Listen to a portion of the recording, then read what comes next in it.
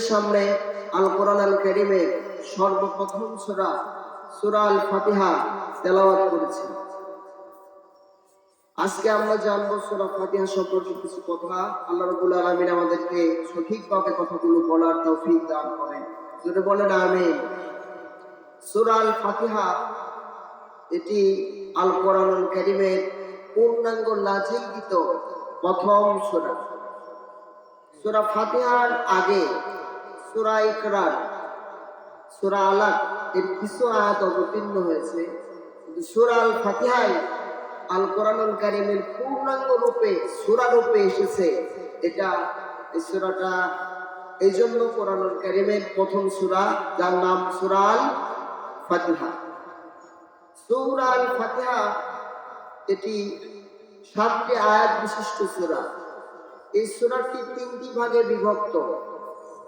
প্রথম অংশ আল্লাহর প্রথম 3টি আয়াত মহান আল্লাহ রাব্বুল আলামিনের প্রশংসা দ্বারা শুরু করা হয়েছে। চতুর্থ নম্বর আয়াতে আল্লাহ এবং তার বান্দার সঙ্গে মধ্যস্থতা করা হয়েছে। আর শেষ 3 আয়াতে বান্দা আল্লাহর নিকট প্রার্থনা এবং দরখাস্ত কেমনে করবে সেটা আল্লাহ রাব্বুল আলামিন আমাদেরকে শিক্ষা দিয়েছে। জুড়ে বলেন সুবহানাল্লাহ। সূরা আল ফাতিহার কয়টি নাম আছে এই বিষয় নিয়ে উলামায়ে কেরামদের ভিতরে মতবিরোধ আছে। কারো কারো মতে সূরা আল ফাতিহার নাম হচ্ছে 80টা। কয়টা নাম? 80টা।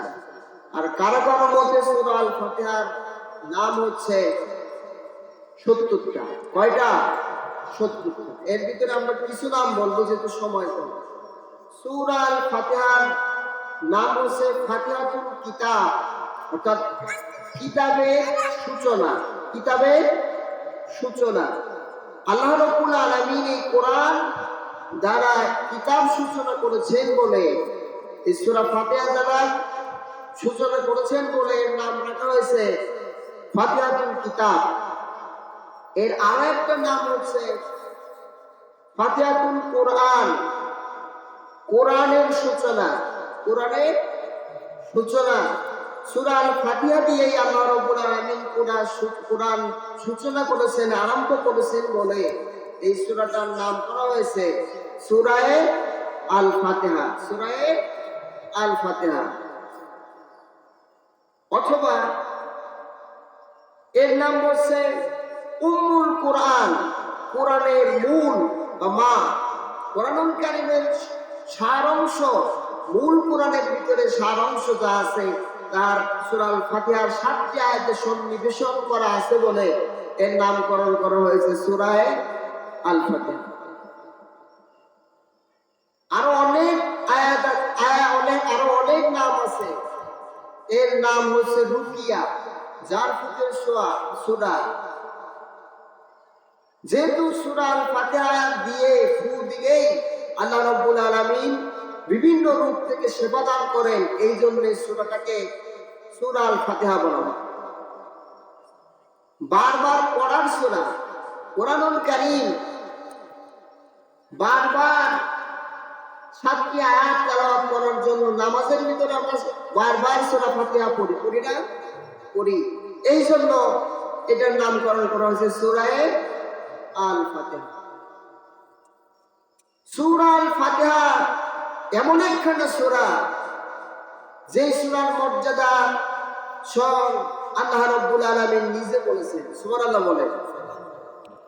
আল্লাহ রাব্বুল আলামিন বলেন,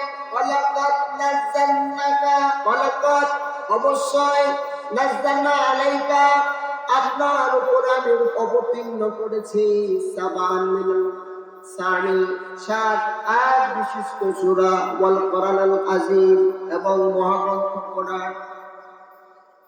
মহান আল্লাহ রাব্বুল আলামিন সূরা আল ফাতিহা সম্পর্কে হাদিসে কুদসিতে তিনি বলেন, সূরা আল ফাতিহা 2টি ভাগে বিভক্ত। একটি ভাগ হচ্ছে আমার জন্য, আরেকটি ভাগ হচ্ছে আমার বান্দার জন্য।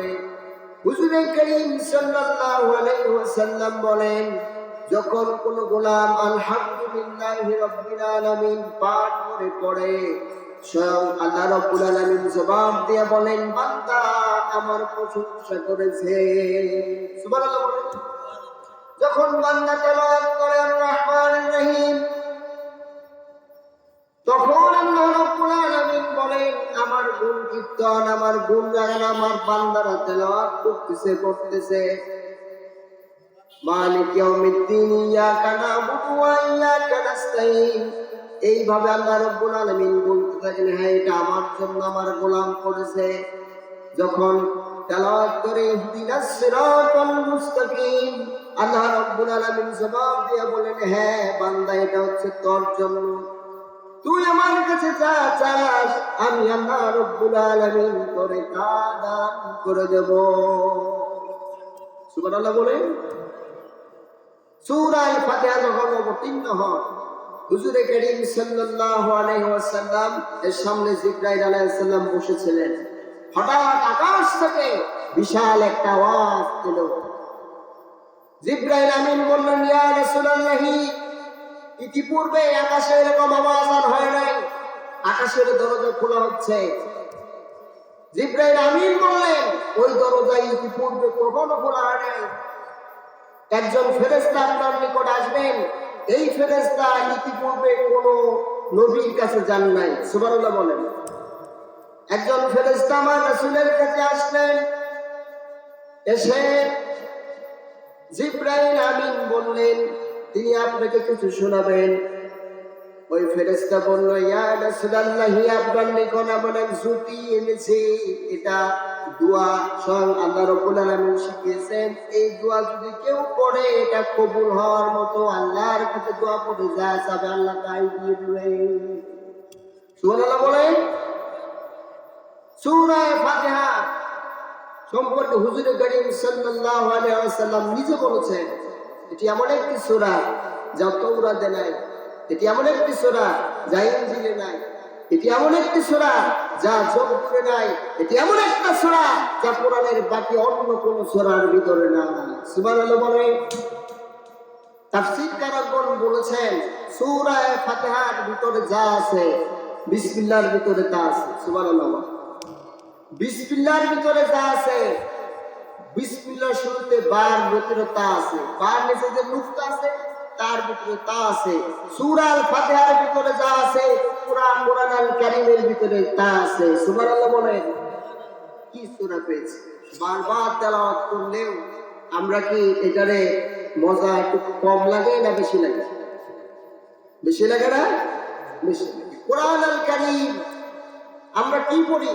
কোরআন আল কারীম। কোরআন শব্দতে এসেছে কুলানুনের ওজনে ভাবে ফাদায়ের মাজদার, যার অর্থ হচ্ছে অধিক পঠিত, অধিক পঠিত। পৃথিবীতে অনেক ধর্মগ্রন্থ আছে, বেদ আছে, বাইবেল আছে, তেতাবিশটা আছে, ত্রিপিটক আছে, অনেক ধর্মগ্রন্থ আছে, কিন্তু কোরআনের মতো এরকম পড়া হয় এমন কোন গ্রন্থ কি পৃথিবীর ভিতরে আছে? আছে? নাই। এই জন্য অধিক পড়া হয় বলে কোরআন আল কারীমকে কোরআন বলা হয়। সুবহানাল্লাহ বলে। অথবা কোরআন আল কারীম, কোরআন শব্দ এসেছে কারার থেকে, কারুন থেকে, যার অর্থ হচ্ছে মিলানো, সংযুক্তিকরণ। সুবহানাল্লাহ বলে।